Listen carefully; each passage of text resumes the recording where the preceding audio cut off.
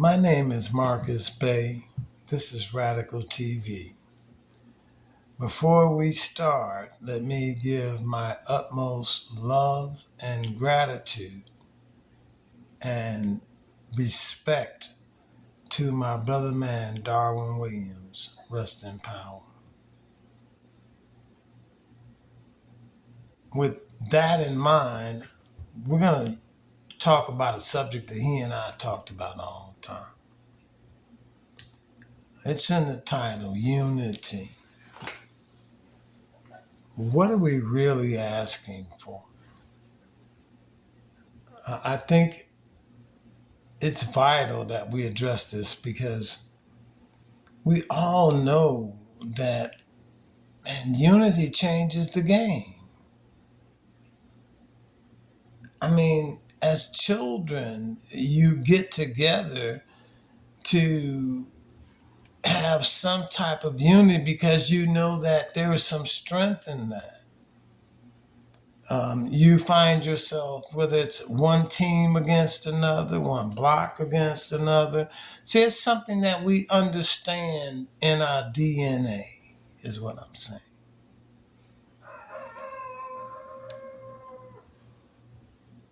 But what are we really asking for when we asking each other for unity? And I'm going to give you some things to think about. This is just me. It's for educational purposes. Man, I'm not anybody's scholar. But, okay, let's first take a look at the groups that we identify with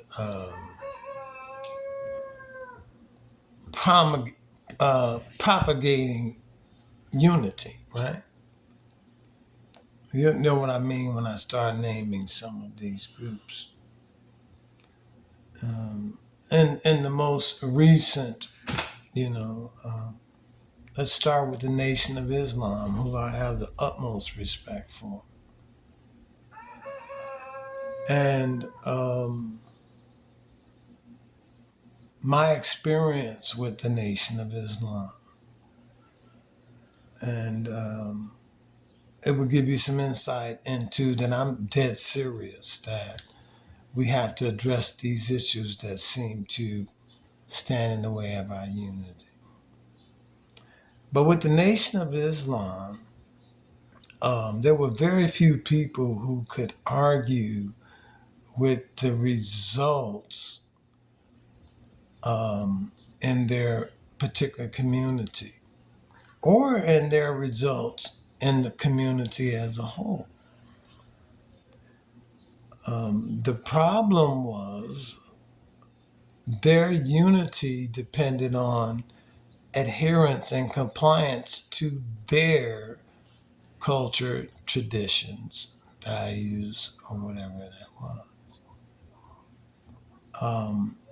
The benefits of their culture and tradition and values were exclusive to their members. I'm not saying this is bad. This is an obstacle. This is just understand, what are we asking for? What were they asking for in order to unify the black community? Everybody come under the Nation of Islam. Okay. This is not a judgment on that. This is just an explanation, clarification, identification. But okay, now let's look at another, and this is in the religious area because we're gonna briefly tag a lot of them, but ultimately there's a place I want to end up. I just want to give you some examples of what's in the way of our unity. And unity being something aspirational, we should be trying to unify. But what's in the way? What do we require of one another? The church, probably the largest institution in the black community in the United States, arguably in the world, Um, Unity is a problem. Okay, I'm not gonna beat that horse. Um, it's been beaten enough. Okay, but in the Hebrew community, which is has more of a positive impact in the black community today, or at least a positive impression, arguably it's going to suffer, and it suffers from the same issue with unity that the Nation of Islam did. With all of the good, it's either or, these binary options. You're either right. There are a lot of reasons to suggest that that's a problem. It's going to be a problem if we don't address these things. These are very good, useful tools in the community. All being used together brings about a goal that we all want. But if we enter into the project that everybody has to use the same shovels and picks, bring the same skills, information, and knowledge, we're doomed from the beginning. Now, religion being a very touchy area, okay, I addressed it for a reason because it's probably one of the biggest things that keeps us from supporting and moving in positive directions. Is not the action itself, but the beliefs that are attributed to those actions. Oh, that's our problem.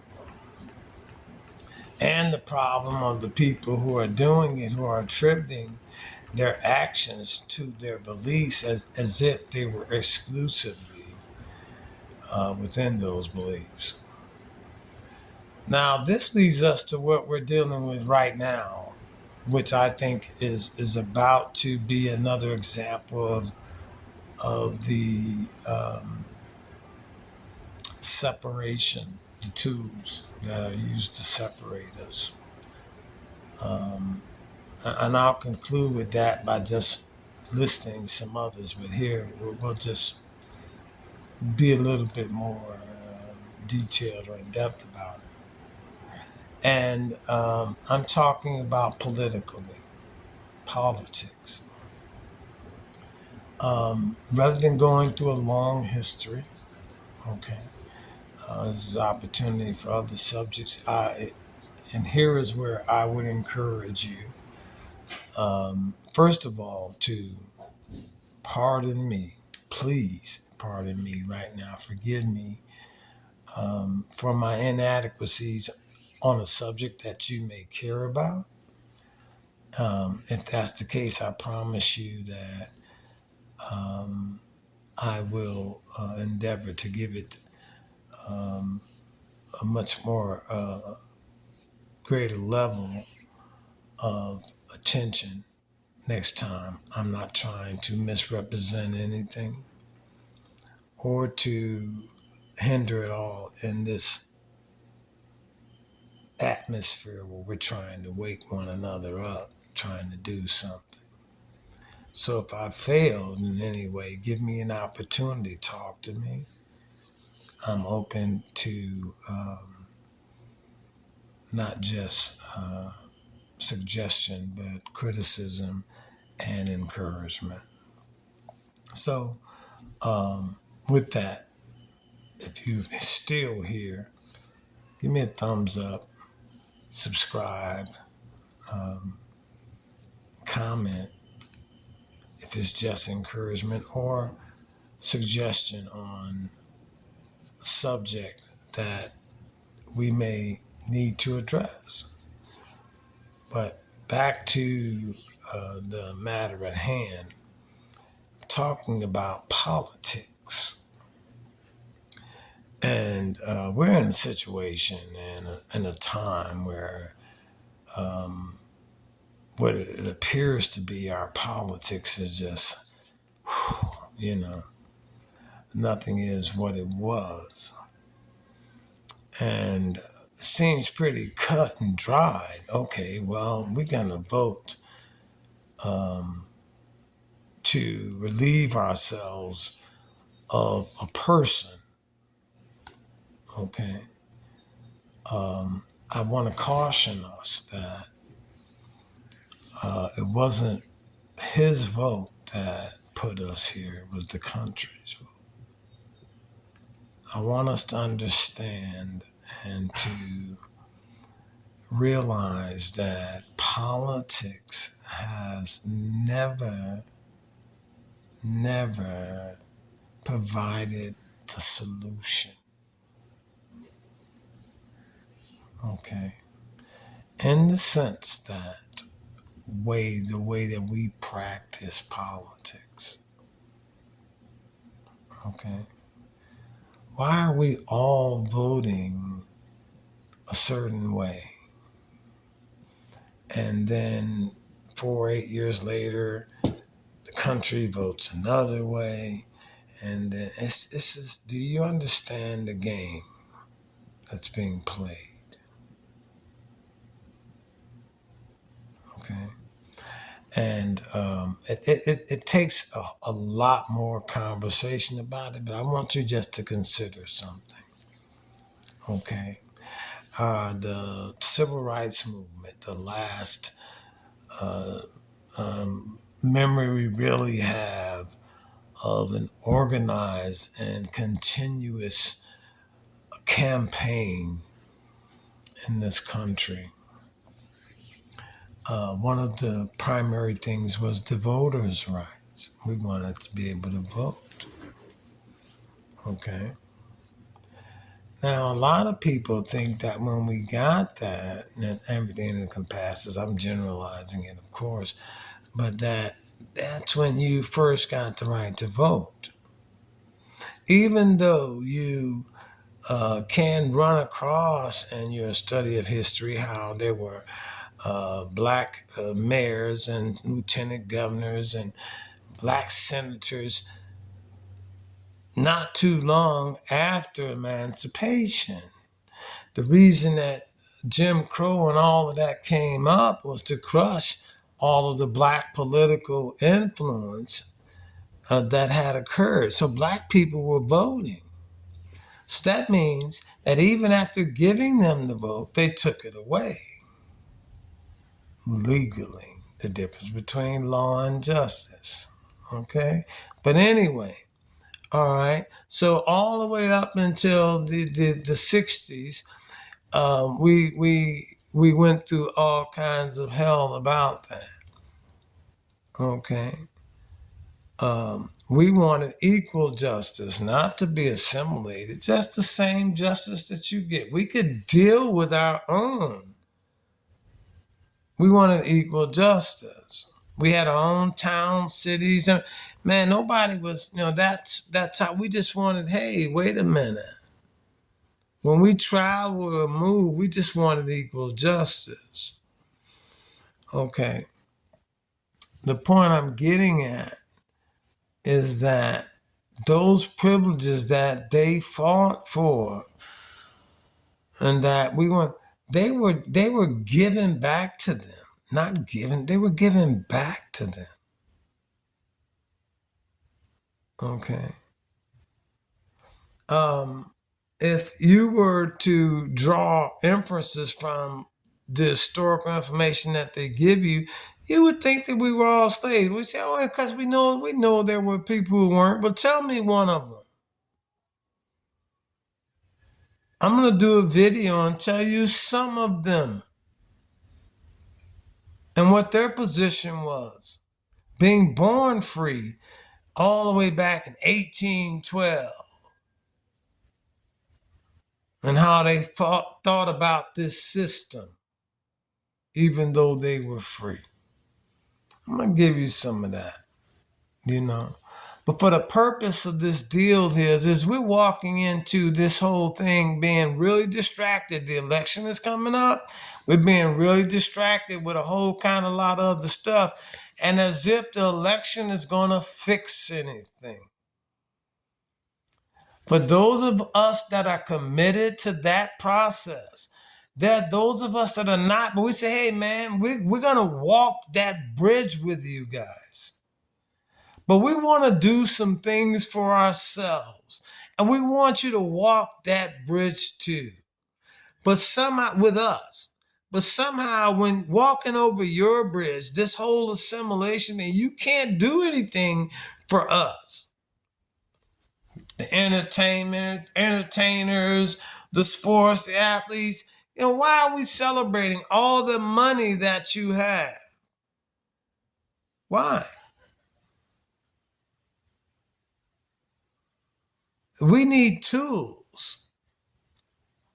You don't believe in us? We need tools. We'll build for ourselves. We always did. That's what we're going to talk about on this channel. Now, before I go, I have to tell you about the market itself. Okay. You can get to the market at radicalmarketstudio.com. Okay. The market isn't just there to be selling. No. Right now, it only has Mutombo coffee. And we're an affiliate of Mutombo Coffee, and that coffee is grown by African women. And in the whole process, it's part of this story. Okay. And in that they have other things, that go with coffee. You can find that at the market, and you can find 4 other products having to do with skincare and other things that I brought in from a company in Texas, a family-owned company. Okay. Now, the whole purpose of the market is to have the market there empty so that you can feel it.